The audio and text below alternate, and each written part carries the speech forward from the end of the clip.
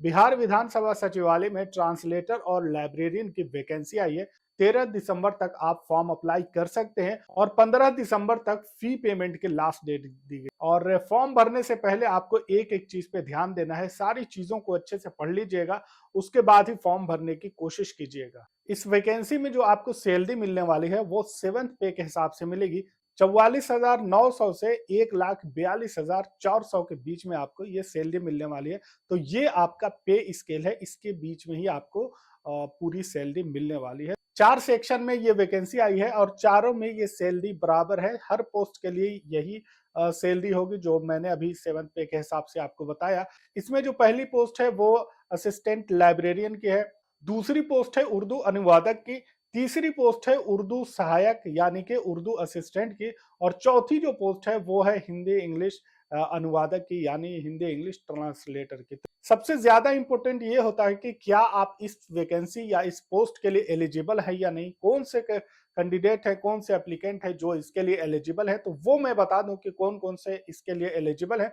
Assistant librarian की जो post है उसके लिए एलिजिबिलिटी क्राइटेरिया ये रखा गया है कि इसमें जो भी कैंडिडेट अप्लाई करना चाहता है उसके पास लाइब्रेरी साइंस में बैचलर डिग्री होनी चाहिए और इसके साथ साथ किसी और भी सब्जेक्ट में उनके पास मास्टर डिग्री होनी चाहिए, वही इसके लिए एलिजिबल होंगे। तो इसमें साथ में लगा दिया है मास्टर डिग्री का होना भी। ऐसे कैंडिडेट जिनके पास सिर्फ लाइब्रेरी साइंस की बैचलर डिग्री है वो इसमें अप्लाई नहीं कर पाएंगे क्योंकि उनके पास मास्टर की डिग्री किसी और सब्जेक्ट में नहीं है। यहाँ पे क्लियरली मेंशन कर दिया है कि ये दोनों चीज होनी चाहिए। जो कैंडिडेट उर्दू अनुवादक के लिए अप्लाई करना चाहते हैं उनके पास दो तरह का ऑप्शन दिया गया है। एक ये तो या तो आपके पास स्टेट या सेंट्रल यूनिवर्सिटी से हिंदी में आपका बैचलर डिग्री होना चाहिए और उसके साथ साथ आपके बैचलर डिग्री के साथ उसमें कोई एक सब्जेक्ट आपका उर्दू होना चाहिए, तभी आप इसके लिए एलिजिबल हो पाएंगे। दूसरी चीज ये है कि अगर जो कैंडिडेट उर्दू में जिन्होंने बैचलर डिग्री की है उसमें उनके बैचलर डिग्री के साथ साथ अगर उनके पास हिंदी सब्जेक्ट है तो वो अप्लाई कर सकते हैं। यहाँ पे वो कैंडिडेट अप्लाई कर सकते हैं जिन्होंने हिंदी में बैचलर डिग्री तो ली है, उर्दू में बैचलर डिग्री तो ली है, लेकिन वाइस वर्सा भी एक सब्जेक्ट होना चाहिए। यानी अगर आपने हिंदी में बैचलर डिग्री ऑलरेडी कर रखी है तो बैचलर डिग्री के साथ साथ आपके उस दौरान एक सब्जेक्ट उर्दू भी होना चाहिए। अगर जिन्होंने उर्दू किया है उनके पास एक हिंदी सब्जेक्ट होना चाहिए। तो जो कैंडिडेट इस तरह से बैचलर डिग्री ले चुके हैं वो इसके लिए एलिजिबल है। उर्दू असिस्टेंट के लिए वो कैंडिडेट अप्लाई कर पाएंगे जिनके पास बैचलर डिग्री हो लेकिन एक सब्जेक्ट उनके पास उर्दू होना चाहिए बैचलर डिग्री में। तो किसी भी सब्जेक्ट से हो, किसी भी स्ट्रीम से हो, लेकिन एक सब्जेक्ट अगर उनके पास उर्दू है तो वो इसके लिए एलिजिबल है, वो इसको अप्लाई कर सकते हैं। उर्दू अनुवादक और उर्दू सहायक इन दोनों में बैचलर डिग्री किसी स्टेट या फिर सेंट्रल यूनिवर्सिटी के साथ साथ आप किसी भी और बोर्ड से, किसी भी और जरिए से जो डिग्री बैचलर डिग्री के बराबर हो तो वो लोग भी इसमें शामिल है, ये यहाँ पे मेंशन किया गया है। इसको भी याद रखिएगा कि अगर आपके पास स्टेट या सेंट्रल यूनिवर्सिटी से उसकी कोई बैचलर डिग्री नहीं है, इसके अलावा किसी और अदर सेक्शन से आपने उसी के बराबर कोई डिग्री कर रखी है और उसमें ये दो शर्तें पाई जाती हैं तो फिर आप भी उसके लिए एलिजिबल हैं। अनुवादक अंग्रेजी और हिंदी का जो ऑप्शन है उसमें वो कैंडिडेट एलिजिबल होंगे जो किसी स्टेट या फिर सेंट्रल यूनिवर्सिटी से उन्होंने बैचलर डिग्री की हो। अगर उन्होंने हिंदी में की हो तो उनके पास एक सब्जेक्ट इंग्लिश होना चाहिए और अगर इंग्लिश में किया है तो एक सब्जेक्ट उनके पास हिंदी होना चाहिए। तो ये एलिजिबिलिटी क्राइटेरिया है। अगर आपके पास बैचलर डिग्री है और आपके पास जिसमें भी अप्लाई करना चाहते हैं अगर उसमें हिंदी है या उर्दू है या इंग्लिश है तो आप उसके लिए एलिजिबल हो जाएंगे। तीनों में अलग अलग क्राइटेरिया रखा गया है। आप अब अपने हिसाब से देख सकते हैं कि क्या आप इसके लिए एलिजिबल हैं या नहीं है। जो लोग रिजर्वेशन के हिसाब से फॉर्म अप्लाई करना चाहते हैं तो उन्हें एक चीज तो ये दिखानी होगी कि वो बिहार के कैंडिडेट हैं, उनका जो परमानेंट एड्रेस है वो बिहार है, और दूसरा ये कि उनका जो कास्ट सर्टिफिकेट है वो भी उन्हें दिखाना पड़ेगा। तो ये दो चीजें जरूरी है। बकिया ये एप्लीकेशन तो आप इंडिया में कहीं से भी अप्लाई कर सकते हैं, इसमें कोई नहीं है, लेकिन रिजर्वेशन का फायदा सिर्फ और सिर्फ बिहार के जो कैंडिडेट हैं उन्हें ही मिलेगा और उन्हें सिर्फ उस वक्त मिलेगा जब वो यहाँ पे डोमिसाइल बिहार का वो साबित वो उसका प्रूफ दिखा पाएंगे, तभी वो उसके लिए एलिजिबल हो पाएंगे, वरना वो इसके लिए एलिजिबल नहीं हो पाएंगे। इस बात को याद रखें। बाकी इसमें जो आपका एलिजिबिलिटी क्राइटेरिया के साथ जो डॉक्यूमेंट्स मांगा गया है, उसके अलावा जितने भी नीचे डॉक्यूमेंट्स है वो सारे डॉक्यूमेंट्स आपके पास होने चाहिए। यानी कि 10th से लेकर अब तक जो भी आपने किया है उसके पूरे डॉक्यूमेंट्स एक जीरोक्स बना लीजिएगा और उसको रख लीजिएगा।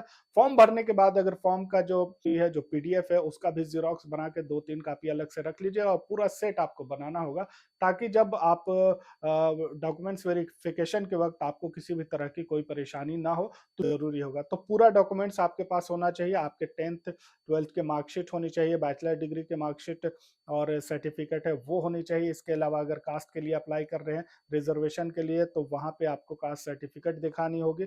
और इसके अलावा डोमिसाइल सर्टिफिकेट, अगर आप बिहार के हैं तो उसके लिए आपको डोमिसाइल सर्टिफिकेट भी दिखानी होगी। मिनिमम और मैक्सिमम एज भी रखा गया है कि आपको कम से कम किस एज तक आप अप्लाई कर सकते हैं। तो 21 साल की एज तक आप अप्लाई कर सकते हैं। अगर आप 21 ईयर के हो चुके हैं तभी आप इसे अप्लाई कर पाएंगे। और मिनिमम एज के लिए 1/8/2024 तक आपका 21 साल होना चाहिए, तभी आप अप्लाई कर पाएंगे। मैक्सिमम एज में आप कब तक अप्लाई कर सकते हैं, तो अलग अलग कैटेगरी के हिसाब से अलग अलग एज लिमिट भी रखा गया है। अगर आप जनरल कैटेगरी में है तो 37 ईयर आपका होना चाहिए। 37 ईयर्स के अंदर ही आप अगर हैं तो ही अप्लाई कर पाएंगे। 37 से अगर ज्यादा एज आपकी हो चुकी है तो फिर आप इसके लिए अप्लाई नहीं कर पाएंगे।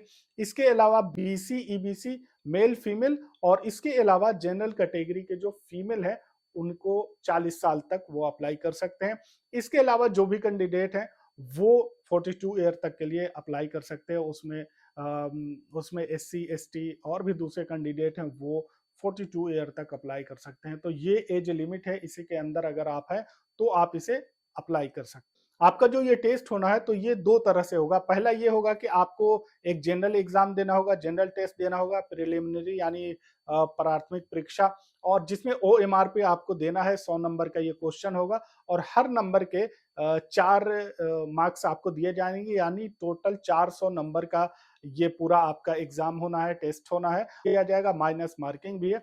ये इसके बाद अगर जो कैंडिडेट इसमें सिलेक्शन उनका हो जाता है उसके बाद उन्हें फिर मेंस का भी एग्जाम देना पड़ेगा। तो मेंस के लिए अलग से आपको फॉर्म भरवाया जाएगा और अलग से उसकी फी भी लगेगी और अलग से उसका नोटिफिकेशन भी आएगा। तो ये दो तरह से इसकी पूरी डिटेल है कि क्या क्या चीजें आपको पढ़नी है। आप पीडीएफ डाउनलोड करके भी देख सकते हैं, उसका लिंक भी आपको डिस्क्रिप्शन में मिल जाएगा, वहां से जाइए, डाउनलोड कीजिए और उसको आराम से पढ़ लीजिए कि क्या क्या चीजें इसमें आपको पूछी जाएंगी और किस तरह से आपका ये पूरा एग्जाम होना है। तो अगर वैकेंसी की बात करें कि कितनी टोटल वैकेंसी आई है, तो टोटल 7 वैकेंसी है, यानी 7 पोस्ट है। लेकिन इसको आप इतना आसानी या हल्के में मत लीजिएगा कि 7 ही पोस्ट है। वैकेंसी की डिटेल आपको बता देते हैं कि किसमें कितनी पोस्ट आई है, वीडियो में लगा दे रहा हूँ, आप इसे आराम से देख भी सकते हैं।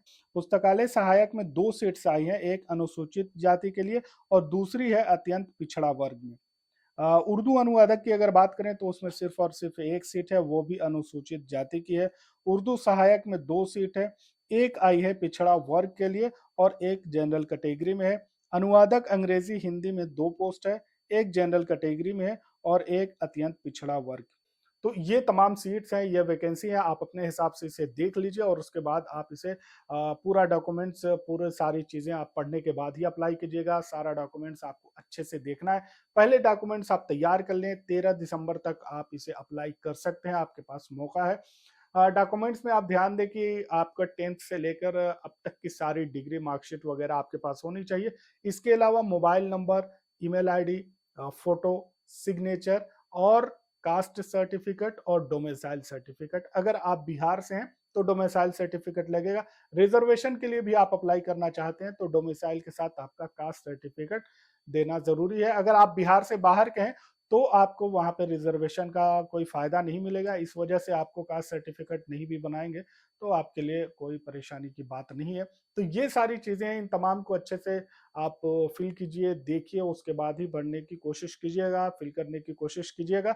अगर फिर भी कुछ चीज़ आपको समझ में नहीं आ रही है या कुछ पूछना चाहते हैं तो कमेंट कर सकते हैं। वीडियो अच्छा लगा हो तो इसे लाइक करें, दूसरों तक शेयर करें। चैनल पर नए हैं तो इसे सब्सक्राइब कर लें। मिलते हैं अगले वीडियो में, तब तक के लिए आप अपना ख्याल रखें। Thanks for watching.